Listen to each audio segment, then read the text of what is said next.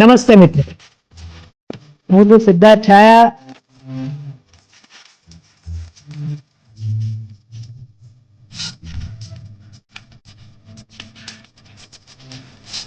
તો સ્વાગત છે તમારું સિટ ટોક્સમાં. આ વર્ષની સૌથી કદાચ વધુ જેની રાહ જોવાઈ રહી હતી એ ફિલ્મ કલ્કી આવી ગઈ છે. અને ફિલ્મ જોઈને આવ્યા અથવા તો ફિલ્મ જોતી વખતે એવું સતત લાગતું હતું કે એટલીસ્ટ આ ભાગનું નામ કલ્કી નહોતો હોવું જોઈએ. કેમ એ આપણે જાણીએ. નમસ્કાર, હું છું સિદ્ધાર્થ છાયા અને સિટ ટોક્સની રિવ્યુ ટોક્સમાં તમારું ફરીથી સ્વાગત છે. આજે આપણે ગુરુવારે આવેલી ફિલ્મ કલ્કીનો રિવ્યુ કરી રહ્યા છીએ.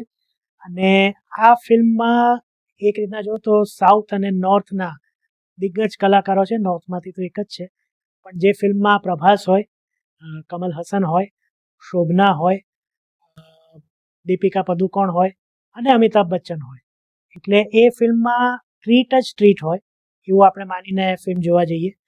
આ ઉપરાંત ફિલ્મમાં રામ ગોપાલ વર્મા, રાજામૌલી, દેવરકોંડા અને દુલકાર સલમાન આમના કેમિયો હોય એટલે પણ જોવાની ઈચ્છા થાય. એટલે આટલો બધો જ્યારે મોટો જમાવડો હોય ત્યારે ફિલ્મ પણ સારી હોય એ પણ આપણી પાસે આપણે એની એક્સપેક્ટેશન રાખવી જોઈએ. ફિલ્મ સારી છે, એક્સ્ટ્રા ઓર્ડિનરી કે ઓહો આ હા થઈ જાય એવી નથી, પણ સારી છે. 3 કલાક અને 1 મિનિટનો રન ટાઈમ છે, પણ એકે મિનિટ ડલ નથી. એક રીતના કહી શકાય કે પ્રભાસની અમુક જે સિક્વન્સ છે એ કદાચ ઓછી કરી હોત કે કાપી નાખી હોત તો ચાલત, પણ ઇટ ઇઝ ઓકે, કારણ કે બાકી બધું એટલું સરસ દેખાડવામાં આવ્યું છે કે આપણને જોતા જ મજા આવે. ફિલ્મની વાર્તા આપણે કહેતા નથી, પણ ફિલ્મનો બેઝ છે મહાભારતનો. જ્યારે અશ્વત્થામાને કૃષ્ણ ભગવાને શ્રાપ આપ્યો હતો કે તને મૃત્યુ ક્યારેય નહીં મળે અને તું મતલબ અમર રહીશ.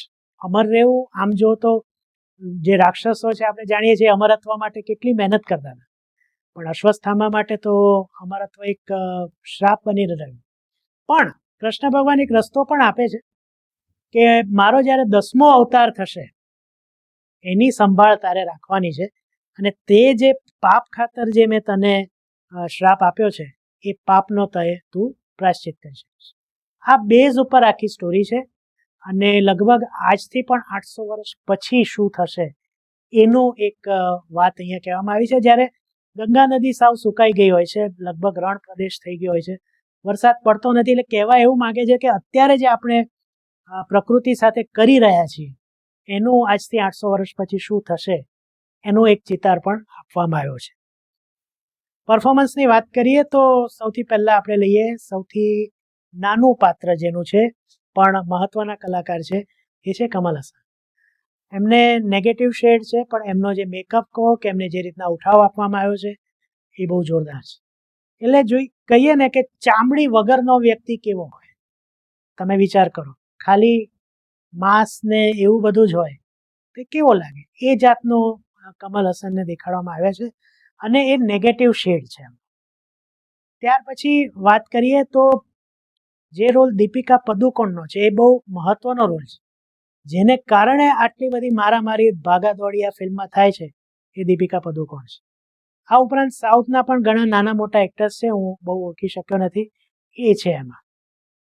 પ્રભાસની તો શું વાત કરીએ, એટલે આદિપુરુષમાં પણ આપણે જોયું હતું ને આપણને અનુભવ છે કે એકદમ ફ્લેટ છે. અહીંયા પણ કોઈ ખાસ એને એવા અભિનયના બહુ મોટા કહેવાય ને કે દેખાડા કર્યા નથી, એટલે એકદમ ફ્લેટ જાય છે. હા, શરદ કેળકરનો એને અવાજ મળ્યો છે એટલે થોડો જીવ એના રોલમાં પુરાય છે, બાકી કોઈ પ્રભાસ પાસે આશા રાખવા જેવું આ ફિલ્મમાં નથી. શોભના બહુ જૂના સાઉથના એક્ટર છે, એમણે પણ ખૂબ જબરદસ્ત કામ કર્યું છે. મહત્વનું કામ છે, થોડુંક નાનું રોલ છે પણ સરસ કામ છે. હવે આવીએ આપણે મેઇન વાત ઉપર. અમિતાભ બચ્ચન. જે લોકો એટલે કે મારી પેઢીના લોકોએ અમિતાભને જીવ્યો છે, જેને જોઈને અમે બધા મોટા થયા છે છેલ્લા ઘણા વર્ષથી, એટલે જ્યારથી એમનો ખરાબ કાળ પૂરો થયો ને સારા પીરિયડમાં આવ્યા, એ ગમે તે રોલ કરતા હતા, એટલે જે મળે એ કરતા હતા, એમને ગમે એવા રોલ કરતા હતા. પણ આ રોલ જે છે અશ્વત્થામા, એ અમિતાભ બચ્ચનનો અત્યાર સુધીનો, એટલે કે જેમનું કમબેક થયું એમના ખરાબ કાળ પછી, એકદમ શ્રેષ્ઠ રોલ છે એ હું કહી શકું. તમે ફાઇટ જુઓ, તમે એટલે અશ્વત્થામા કેવા હોય એ તમને અમિતાભ બચ્ચન દેખાડે છે, એ તમને અનુભવ કરાવે છે એમના સંવાદોથી. એમની હિન્દી વિશે તો કંઈ કહેવાનું હોય જ નહીં, પ્લસ એ રીતના સંસ્કૃતમાં શ્લોક્સ બોલે છે, એ પણ આપણે એમાં કંઈ કહેવા જેવું હોય નહીં. પણ જે રીતના એમણે અભિનય કર્યો છે, એક દ્રશ્ય છે કે જ્યારે છેલ્લે પ્રભાસ કોણ છે એમને ખબર પડે છે, આ સિક્રેટ છે હું કહેતો નથી, ત્યારે ફક્ત આંખોથી એક્ટિંગ કરે છે. બહુ જોરદાર સીન છે. પ્લસ પ્રભાસ સાથે એમની જે ફાઇટ સીન છે ઇન્ટરવલ પછીના, એ આ ફિલ્મની હાઇલાઇટ છે.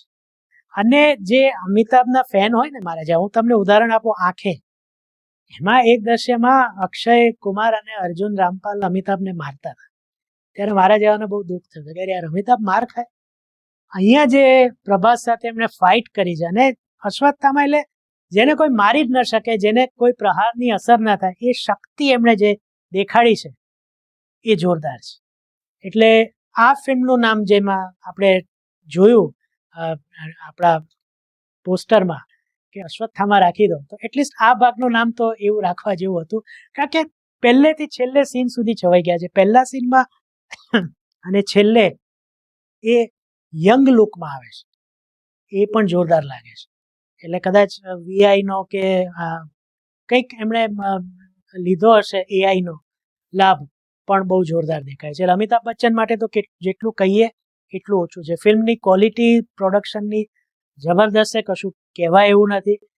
બીજા ભાગ માટે એમણે ક્લુ આપી દીધો છે કે હવે શું આવશે, યુનિવર્સ આખું થવાનું છે.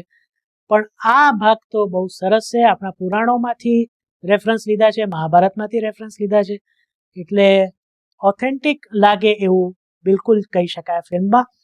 બાકી તમને કેવી ફિલ્મ લાગી તમે મને જોઈને કહેજો. આજે ગુરુવારે હજી તો ફિલ્મ આવી છે, શુક્ર શનિ રવિમાં ખબર પડશે કે ફિલ્મ કેટલો પેસ લેશે. મને તો એવું લાગે છે કે ફિલ્મ સફળ જશે. તમને ફિલ્મ લાગી કેવી એ મને નીચે કમેન્ટમાં જરૂર કહેજો. આવતા સોમવારે આપણે ફરીથી એક નવા વિડીયો સાથે આવીશું. બુધવારે પોડકાસ્ટમાં આવીશું અને શુક્રવારે કોઈ નવી ફિલ્મના રિવ્યૂ સાથે ફરીથી મળીશું. તો ત્યાં સુધી સિદ્ધાર્થ છાયાને આજ્ઞા આપો અને તમને બધાને મારા તરફથી આવજો.